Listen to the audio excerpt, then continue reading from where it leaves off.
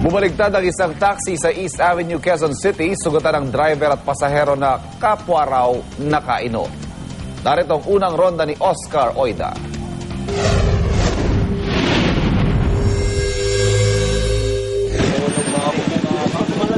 Pinagpipiestahan na ng mga miron nang madaanan namin ang nakabaliktad na taxi ito sa may East Avenue, Quezon City.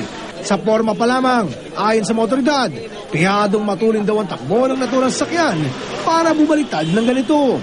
Ang driver at pasahero nito, kapwa sugatan at agad na isugod ng mga rescuers sa ospital. Base sa kwento ng mga saksi, una rong pumalo ang naturang taxi sa may Center Island na yon, nawala ng kontrol hanggang tuluyan ang tumaob sa bahaging ito ng kalsada.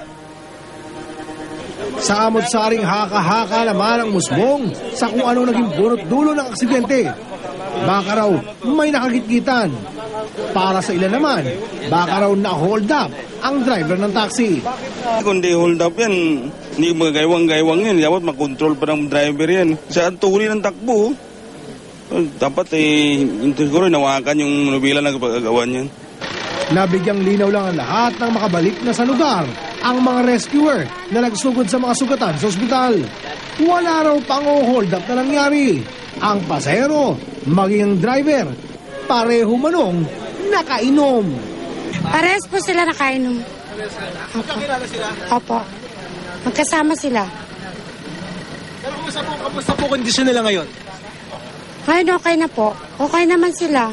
Ito ang unang balita sa Quezon City. Oscar Oida reporting.